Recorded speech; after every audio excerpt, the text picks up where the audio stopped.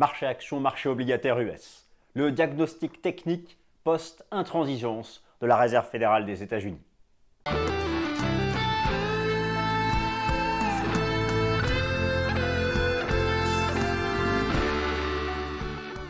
Alors chers amis, bienvenue, je suis ravi de vous retrouver à la nouvelle édition du Top Gun. Nous sommes le lundi 25 septembre 2023, le troisième trimestre boursier est proche de son terme, nous sommes au lendemain d'une semaine qui a vu toutes les banques centrales majeures s'exprimer, qui a vu la Réserve fédérale des États-Unis adopter une position restrictive, quand bien même, et oui, quand bien même la Réserve fédérale aurait atteint son taux terminal, le marché s'est projeté sur un autre débat. La durée avant pivot.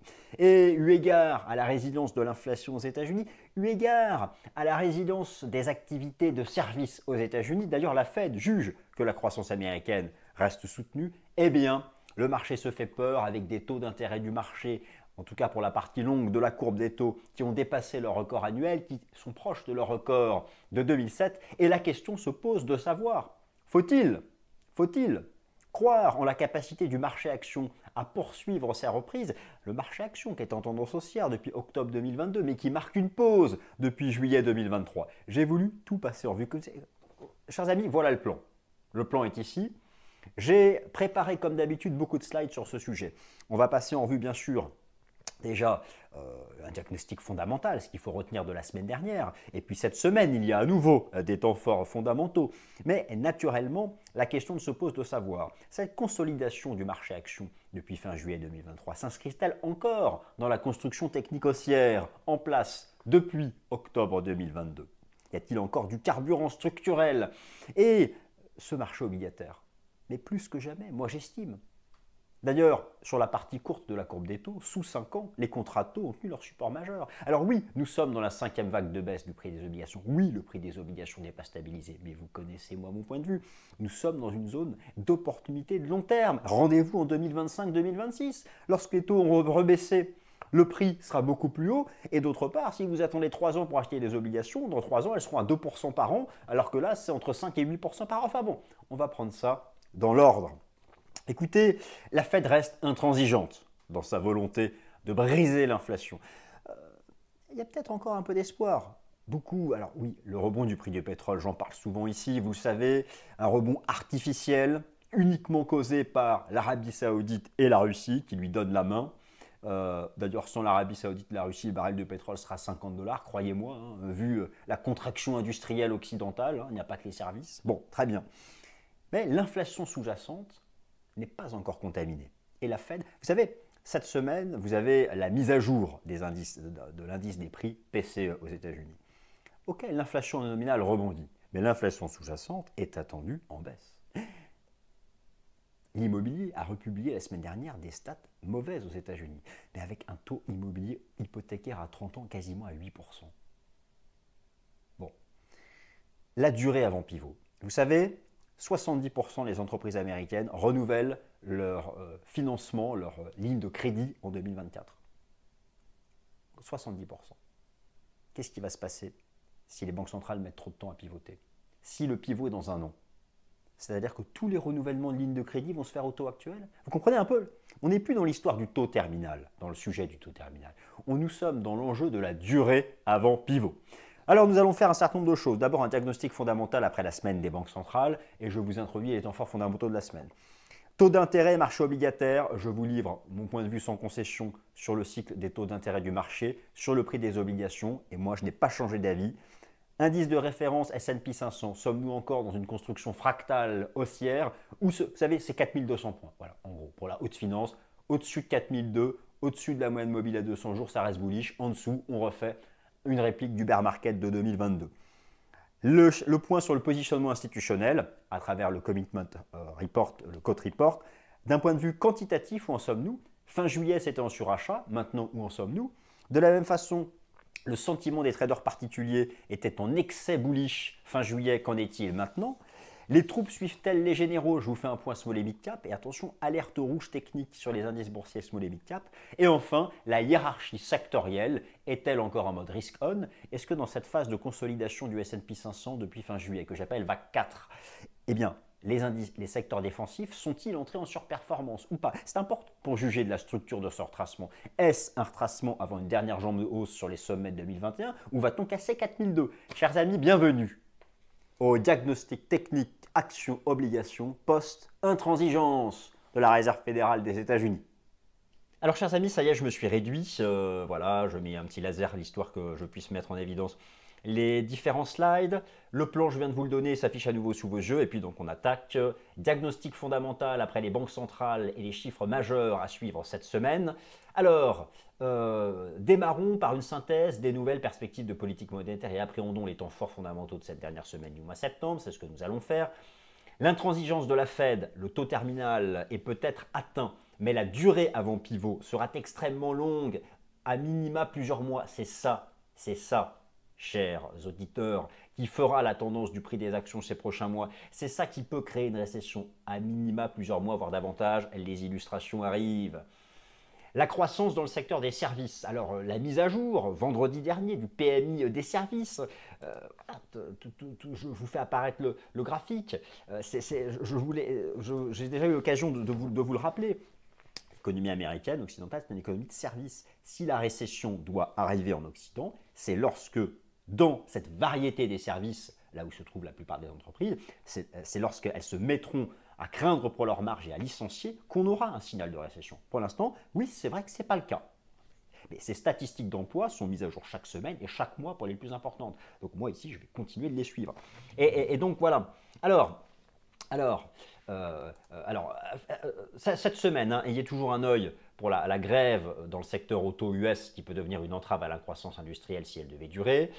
Attention aussi, on reparle de ce risque de shutdown du gouvernement américain avec le plafond de la dette, mais bon, comme d'habitude, ce sera relevé. J'avais fait une vidéo sur le sujet en mai dernier. Bon voilà, mais c'est vrai que ça pourrait créer un ultime choc sur les taux obligataires qui sont remontés tout en haut. Les temps forts global macro de la semaine sont des statistiques dans l'immobilier résidentiel US. Plus que jamais, l'immobilier est sous pression. Alors je vous ai remis ici un indice qui a été mis à jour, qui a été mis à jour la semaine dernière, le NAHB, qui reprend une pente baissière, l'indice de confiance des promoteurs immobiliers aux États-Unis. Et là, vous avez l'explosion haussière des taux hypothécaires aux États-Unis. Donc voilà, cette semaine, vous avez d'autres statistiques immobilières et l'indice des prix PCE. Tout l'enjeu est de savoir si l'inflation sous-jacente va poursuivre sa tendance baissière, alors que l'inflation, elle, nominale, mais du fait de ce rebond complètement artificiel du prix du pétrole, j'ai traité le sujet dans l'émission Fast and Forex, je vais continuer de le traiter.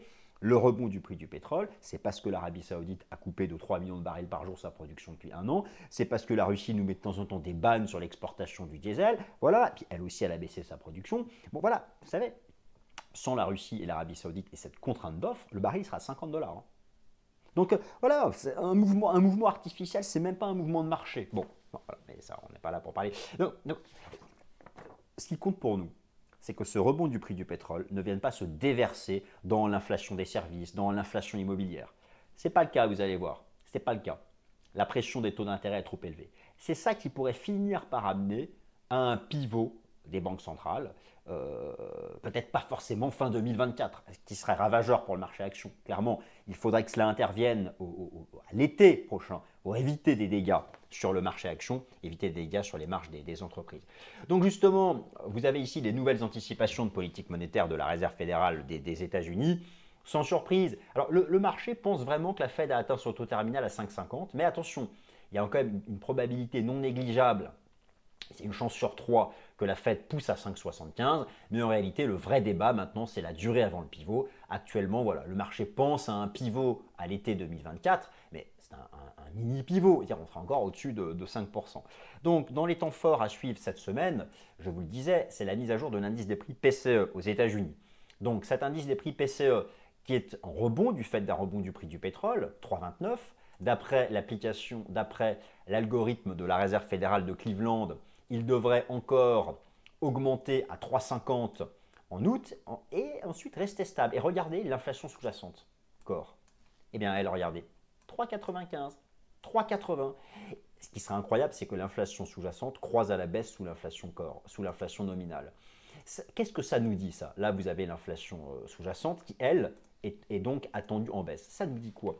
Ça nous dit que pour le moment, le rebond du prix du pétrole n'effectue pas de contagion à l'inflation sous-jacente. C'est là où il y a une lueur d'espoir quant au pivot de la Fed. Mais bon, écoutez, ça on verra bien ensuite ces prochains mois. Donc voilà, Trueflation aussi, si vous voulez, vous avez un rebond énorme du prix du pétrole qui revient d'ailleurs au contact d'un seuil technique très important des 93 dollars. Vous savez que ce seuil est très important. Voilà, c'est clairement, vous savez, l'Arabie Saoudite et la Russie, c'est ça qu'ils veulent. Ils veulent qu'on explose à la hausse ce seuil et que ça pousse à 115. Toute cette remontée-là, c'est artificiel, c'est de la contrainte d'offre. Voilà. Alors pour le moment, d'un point de vue technique, on est encore en dessous, mais ça reste vraiment un seuil très important à surveiller. Mais globalement, l'inflation sous-jacente, elle est stable. Pourquoi? Parce que regardez, l'inflation de l'immobilier est en train de repartir au sud. Il y a l'inflation des services publics quasiment à zéro et j'en passe. Donc bon, voilà, c'est pour l'instant, il n'y a pas de contagion. Et d'ailleurs, même si vous regardez, c'est un tableau que la Réserve fédérale des États-Unis a proposé la semaine dernière, ses anticipations quant au régime des prix, eh bien, la Fed, elle pense qu'en 2025, elle aura ramené l'inflation à sa cible. Il y a 2024, une partie du chemin aura été fait, mais voilà. Donc c'est pour ça que, imaginez un pivot de la Fed en 2025, c'est compliqué. Parce qu'en 2024, 70% des entreprises américaines renouvellent leur ligne de crédit. Donc si les taux ne baissent pas avant 2025, vous voyez un peu pourquoi vraiment ça va jouer à pas grand-chose ces prochains mois. Voilà. Alors maintenant, on va peut-être passer un peu au diagnostic et puis à tout ce que je vous ai préparé. Donc le tableau, alors là, étonnamment, je commence par la conclusion. Enfin, étonnamment, ça vous permet de vous arrêter là si vous êtes déjà ennuyé. Je commence par un tableau. Ce sont j'ai résumé en fait le contenu de toute la présentation qui va suivre. Donc notre diagnostic du marché américain se déploie à travers 8 étapes, pardon. Une première étape fondamentale abrégée que nous venons de faire et 7 étapes techniques qui couvrent le marché action et le marché obligataire, donc le cycle des taux d'intérêt. Rappelez-vous la corrélation inversée entre le cycle des taux d'intérêt et le prix des obligations. Diagnostic fondamental post-banque centrale, c'est fait. Un état des lieux du prix des obligations et des taux d'intérêt du marché, les hypothèses de travail technique sur l'indice S&P 500, la participation institutionnelle sur les principaux indices boursiers, les signaux de l'analyse quantitative sur l'indice S&P 500, l'étude du positionnement des traders particuliers, l'analyse de la tendance de la profondeur du marché, où en sont les small et les mid cap, vous allez voir que ce n'est pas folichon, et enfin la hiérarchie sectorielle, j'ai fait une vidéo dessus il y a 2 semaines, est-elle encore en mode risk on? Et donc voilà le résumé, voilà, je vous laisse tout lire, vous avez 2 minutes, non je plaisante, voilà, donc alors on ne va pas tout lire, mais concrètement, je vous ai mis ici. Vous pouvez faire pause sur la vidéo et faire une capture d'écran et ça vous fera une photo. Mais vous avez le résumé de ce que j'estime être le diagnostic fondamental ou technique actuellement des marchés. Là, vous avez les 8 étapes et là, vous avez donc tous les détails que j'ai mis à l'écrit. Et maintenant, je vais mettre ça en voix et nous allons regarder un certain nombre d'illustrations. Alors, c'est parti, on enchaîne. Taux d'intérêt du marché et prix des obligations. Les taux courts restent sous résistance. Effectivement, la semaine dernière a vu les taux d'intérêt du marché sont toujours au contact de leur record annuel. C'est une zone de danger sur le plan global macro. La partie longue de la courbe a même dépassé ses records annuels et est en train de tendre vers les records de 2007. Alors, c'est vraiment important parce que, alors que les grandes et méga entreprises semblent encore largement en mesure de faire face à ces conditions de financement extrêmes inédites depuis 15 ans, les petites et moyennes entreprises voient leur marge bénéficiaire s'éroder. Un récent sondage Bloomberg a montré que les petites entreprises auraient besoin d'une baisse des taux d'au moins 3 points de pourcentage pour sortir la tête de l'eau. C'est pour ça que vous avez les indices, par exemple le Russell 2000 pour les small et mid cap américaines, qui est quasiment revenu sur ses plus bas d'octobre 2022. Il ne faut pas regarder que le S&P 500. Donc ce n'est pas un mythe et je ne raconte pas de bêtises, j'en dis souvent. Mais là pour le coup, ce n'est pas une bêtise de dire que les nouvelles conditions de financement contraignent l'économie. Regardez la cotation aux bourses des petites et moyennes valeurs. On est quasiment revenu à octobre 2022. Le SP500 sans ses larges et méga caps, il ne se maintiendrait pas tout en haut. Mais voilà, ces larges et méga caps, elles peuvent le ramener tout en haut. On va regarder ça en détail avec les hypothèses chartistes. Et donc tout ça est très important. Suite à la décision monétaire de la Fed, les taux du marché ont marginalement dépassé leur record annuel, mettant le marché en risque. Le prix des obligations s'accroche à ces supports majeurs. Moi, j'estime que c'est cette fameuse cinquième jambe de baisse sur le prix des obligations, la dernière. Donc, on va reprendre ça, on va reprendre l'analyse technique des taux obligataires à 2 ans, à 10 ans, la courbe des taux. Et donc, ce que font les institutions. Alors là, voilà, là, c'est ça que je voulais vous montrer. Ça nous vient de Bloomberg. C'est un sondage qui a été réalisé par Bloomberg où l'on demande à quel point, aux petites et moyennes entreprises, à quel point les nouvelles conditions de financement, là je vous ai remis le taux d'intérêt fixe sur crédit immobilier hypothécaire à 30 ans aux États-Unis, à quel point cela érode leur marge. Regardez les pourcentages. Et donc, sans surprise, je vais vous montrer ici l'indice boursier Russell 2000. Et, voilà, lui, voilà, il est revenu tout en bas. Donc voilà, c'est effectivement, oui, c'est pas le SP500. Le SP500, on y vient tout à l'heure à ça. Pardonnez-moi, petit coup de froid à cette analyse, mais ouais, c'est pas le SP500. Donc voilà. Alors, donc oui, ça c'est donc très important. Alors, effectivement, maintenant, il ne faut pas se mentir, les taux d'intérêt du marché, notamment les taux d'intérêt à long terme, ont dépassé leur record annuel. Alors, je prends le 10 ans américain, lui, qui a dépassé ses records de la crise bancaire du mois de mars dernier et qui est en train de tendre vers quoi? Vers ici, les records de l'année 2006-2007, à l'époque avant la crise financière. Par contre, ce qui est intéressant de noter, et ça c'est dû au fait que les perspectives d'inflation sont encore trop élevées et l'économie américaine produit encore des chiffres trop importants. Par contre, trop costauds, trop résilients. Par contre, voilà, les taux courts, eux, se maintiennent tant bien que mal au contact des récents records annuels. Là, vous avez aussi un seuil important qui est à suivre sur le taux obligataire à 2 ans américain. Ici, les records de 2006-2007, voilà, on ne peut pas dépasser ça. Le taux à 2 ans ne peut pas dépasser, ne peut pas approcher à plus de 20 ou 30 points de base le taux terminal jugé le plus probable pour la Fed. Donc de toute façon, pour moi, on n'est pas loin de la fin de cette hausse des taux. Ils ne vont pas baisser, mais ils vont se maintenir à un niveau élevé. Et donc effectivement, pour le marché obligataire, eh bien, le prix est toujours sous pression. Moi, je n'ai pas changé d'avis. C'est une cinquième jambe, ça c'est le décompte que je vous avais présenté. On est dans cette cinquième jambe de baisse, c'est la dernière. Alors oui, effectivement, le prix reste encore baissé. Ça, moi je vous l'accorde, attention. Je suis d'accord avec vous. Moi, je vous parle des obligations depuis un certain temps. Le prix n'est pas stabilisé. Mais on est quand même en zone basse. On est dans une zone d'attrait de long terme. Il ne s'agit pas des prochaines séances ou des prochaines semaines, on parle des prochaines années. D'autre part, ces obligations qui la versent d'importants coupons en pourcentage, il faut les acquérir avant que les banques centrales pivotent. Alors oui, me direz-vous, c'est pas avant quelques mois. Très bien, oui. Oui, ça, je dois admettre que la résilience de l'inflation, que la résilience de l'économie américaine prolonge cette phase. Mais dans tous les cas, j'estime que c'est encore une zone de prix intéressante. Alors oui, on n'a pas encore de figure de renversement haussier, c'est encore une cinquième jambe de baisse, mais voilà, c'est la dernière. Et donc moi je considère toujours que c'est une dans son portefeuille, en avoir un peu, c'est intéressant. Donc les obligations longues, elles font effectivement là. D'ailleurs, le nouveau plus bas ici, sur vraiment la partie longue de la courbe à 20 ans, s'apprête à être en divergence. Donc voilà, ça me paraît intéressant à suivre. Voilà, là pareil, le résumé, on fait cette cinquième jambe, elle s'apprête aussi à être en divergence. C'est partout pareil, donc moi j'estime que vraiment on est. Et alors c'est intéressant, c'est que sur la partie courte, on se maintient sur les plus bas. On ne casse pas, mais c'est parce que les taux d'intérêt à court terme, eux, n'ont pas flambé. Donc ça c'est vraiment quelque chose qui me semble intéressant à jouer. Et d'ailleurs, je vous remontre ici les données du rapport Commitment of Traders de la CFTC.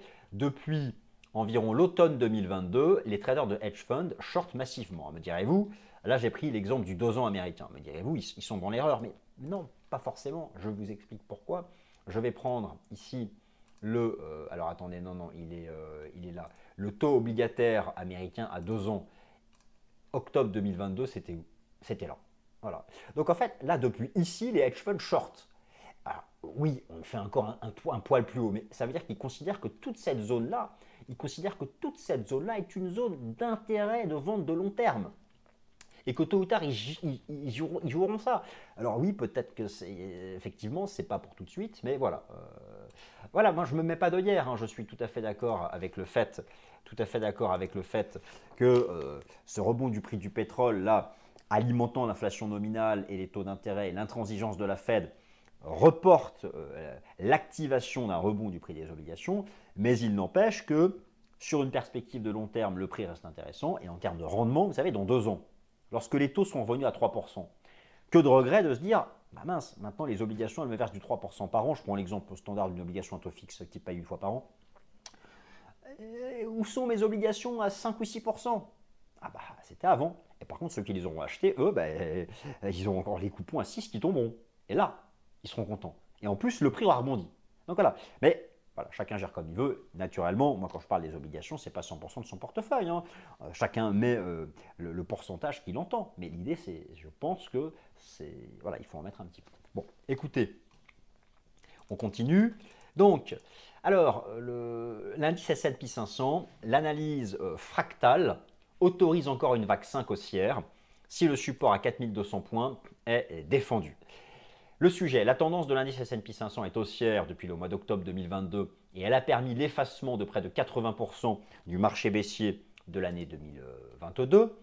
Cette tendance haussière de l'indice de référence de la finance occidentale, alors oui, le contrat futur S&P 500 est le contrat d'indice le plus tradé dans le monde en termes de volume d'échange, est bien construite sur le plan technique.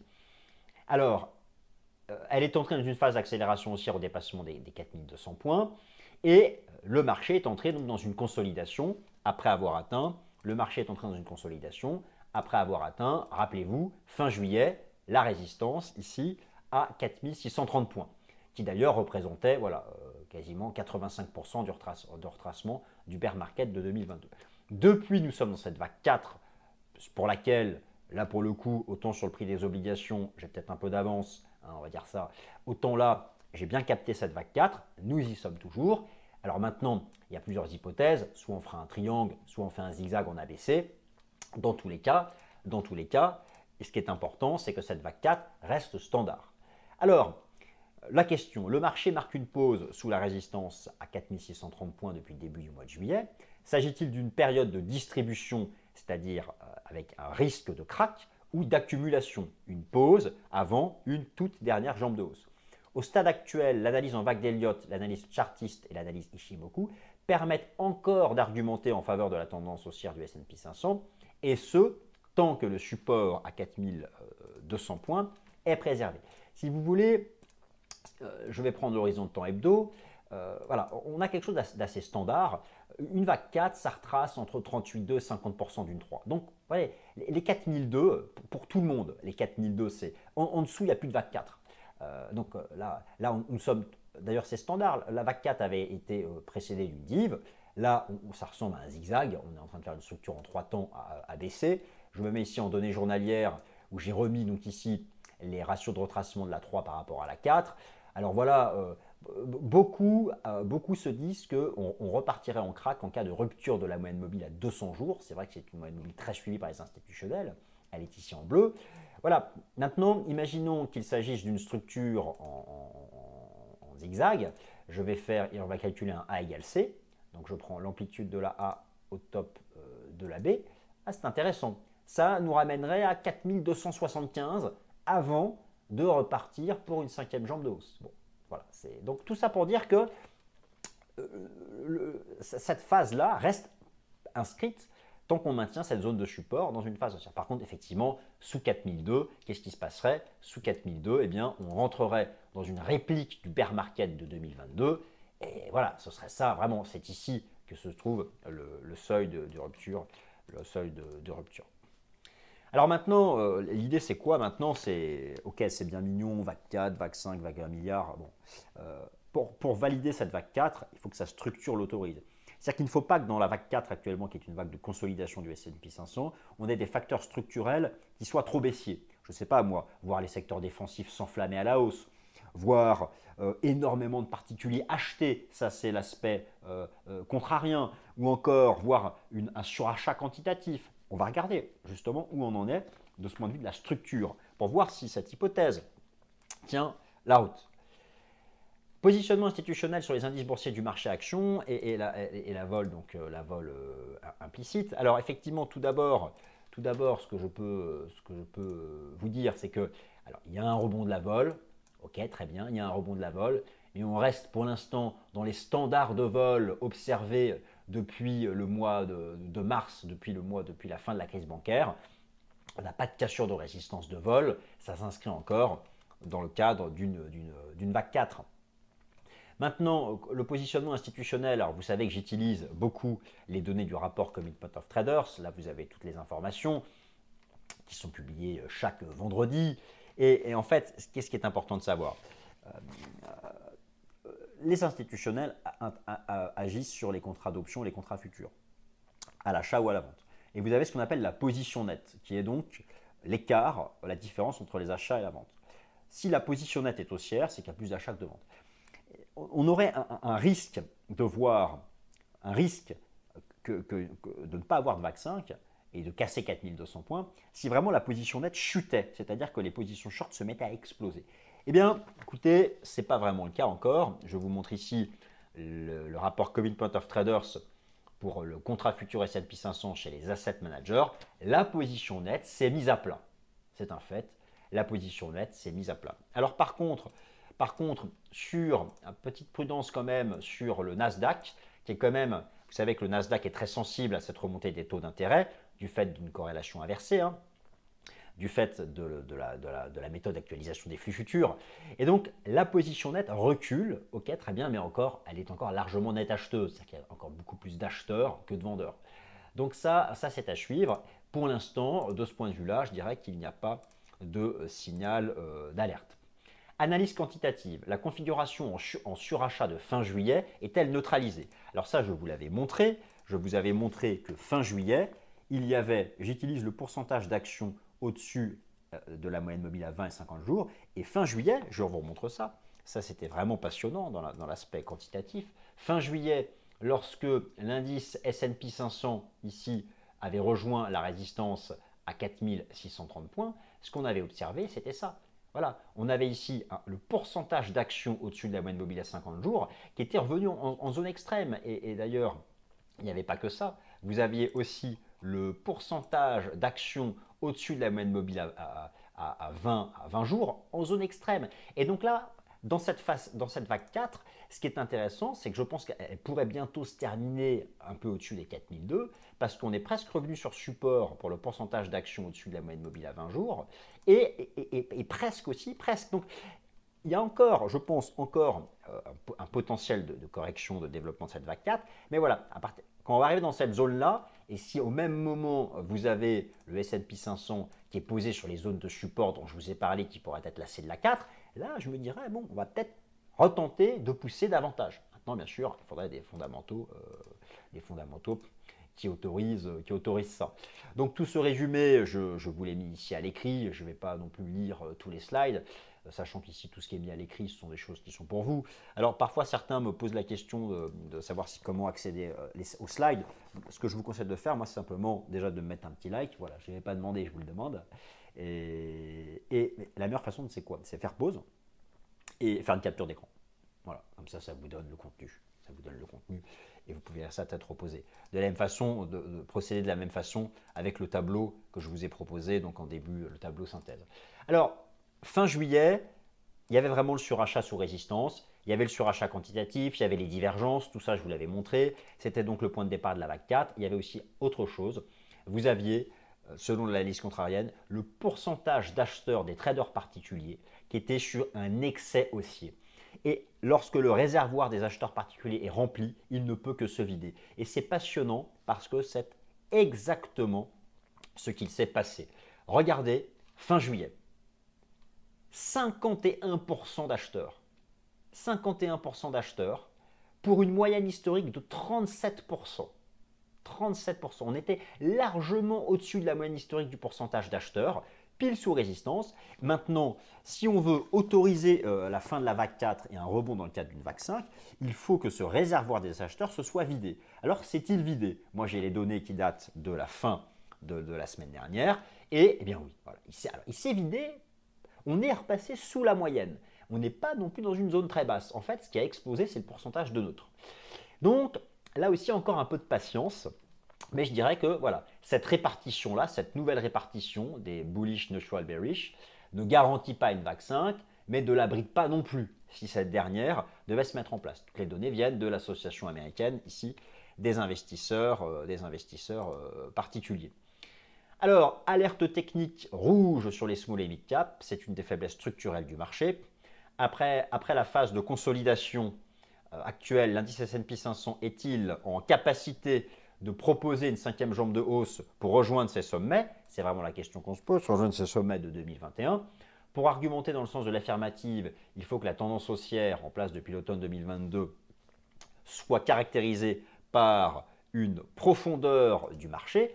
La profondeur du marché, c'est quoi? On dit d'une dynamique haussière qu'elle est profonde si elle concerne toutes les tailles de capitalisation boursière, si elle ne laisse pas à la traîne les petites et les moyennes valeurs, qui rassemblent l'essentiel de l'emploi dans les grandes économies occidentales. Or, depuis le début de l'année, la performance haussière du marché action américain repose essentiellement sur les grandes et méga caps, laissant de côté les petites et micro capitalisations. Et là, vraiment, alerte rouge, alerte rouge. Là, je vous ai remis donc la contribution des entreprises américaines selon leur taille de capitalisation avec le critère de la performance depuis le début de l'année. Vous voyez bien que les troupes ne suivent pas les généraux. Et lorsque vous regardez sur le plan technique, les indices des petites valeurs, je peux prendre l'indice des microcaps, c'est archi tendu les microcaps. On est potentiellement en train de casser ce niveau ici d'avant la crise sanitaire. Ça, si on casse ça, ça va être quand même archi tendu. Hein, c'est plutôt un signe de récession. De la même façon, le Russell 2000, s'il venait à casser ce niveau, ce serait archi tendu. Donc ça, sur le plan technique, il faut les mettre sous très très haute surveillance. C'est vrai que si ces supports cassaient, la vague 4, bon, c'est... Pour le marché, ce qui compte, c'est de préserver les 4002 du SP500. Mais disons que, voilà, il faut vraiment, vraiment surveiller ces niveaux techniques des indices des small et mid cap la semaine prochaine. Et enfin, dans cette phase de consolidation du S&P 500, cette soi-disant vague 4, eh bien, où on est la hiérarchie sectorielle, je vous renvoie vers ma vidéo Top Gun dédiée aux 11 super secteurs qui rassemblent les actions du S&P 500. Nous avions vu ensemble qu'une tendance haussière saine est une tendance qui voit les secteurs cycliques avoir une meilleure performance que les secteurs défensifs. Et c'est effectivement cette hiérarchie sectorielle dite risk on qui s'est mise en place entre octobre 2022 et fin juillet 2023. Afin que le scénario d'une vague 5 soit crédible, il est impératif que la phase actuelle de pause du marché ne voit pas ce classement sectoriel remis en question. Alors, globalement, depuis fin juillet, même si certains secteurs cycliques ont subi des prises de profit, globalement, les secteurs défensifs n'ont pas pris le lead. Les secteurs défensifs n'ont pas pris le lead. Là, vous avez la hiérarchie sectorielle depuis un mois. Vous avez même d'ailleurs, depuis un mois, la consommation défensive et la santé qui sont bons derniers. Donc, les secteurs défensifs n'ont pas encore pris le lead et ça autorise le développement d'une vague 5 haussière. Voilà, chers amis, j'espère que ce diagnostic fondamentalo-technique du marché action américain et du marché obligataire vous a plu. Si oui, mettez-moi un petit like, sinon, ne m'en mettez pas. Et puis, on se retrouve pour le Fast and Forex mercredi et lundi prochain pour le prochain Top Gun. Salut, merci.